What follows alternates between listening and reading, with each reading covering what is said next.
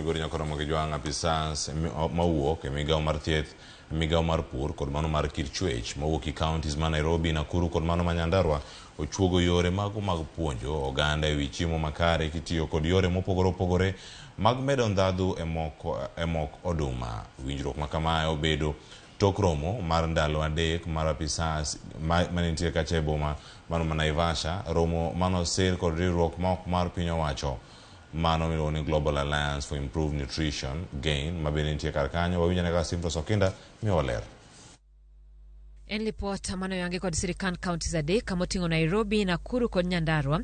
Ka lipodno nyiso kaka nong'no medore ahinya e county ma Nyandarua kiluwe kod Nairobi bang'e Nakuru. Initial reason for conducting these studies was because of the challenge around inadequate knowledge and understanding of the existing policies around nutrition. The results from these studies brought out the strong initial thoughts that we had around poor and inadequate knowledge of implementation, and also there's the aspect of counties not really having resources to be able to cascade the same at different levels. Nakuru County is looking to do is to improve the nutrition status of our population.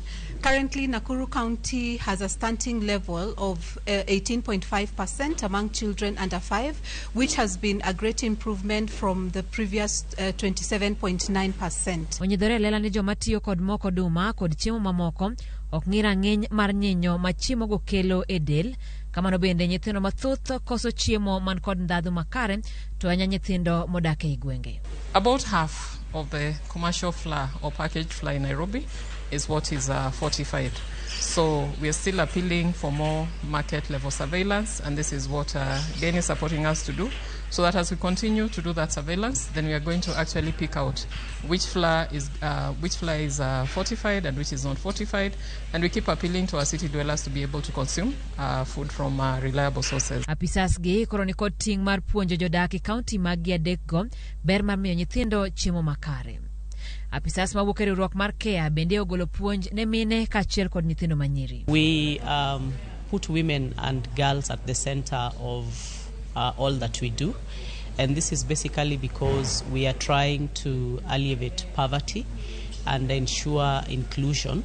And history has had it that women and girls are more often than not excluded from a lot of development work. Report mar riwruok mar thieth piny ngima mano World Health Organization nyiso ni 5.2 kende mag oganda ema chamo kida 5 mopogore mag alode kod olemo kaka dwarore. Simfros Okinda, Ramogi TV. Jotend dinde ma opogore opogore ka osir kod Nakada oyango ni gibiro tiyo kanya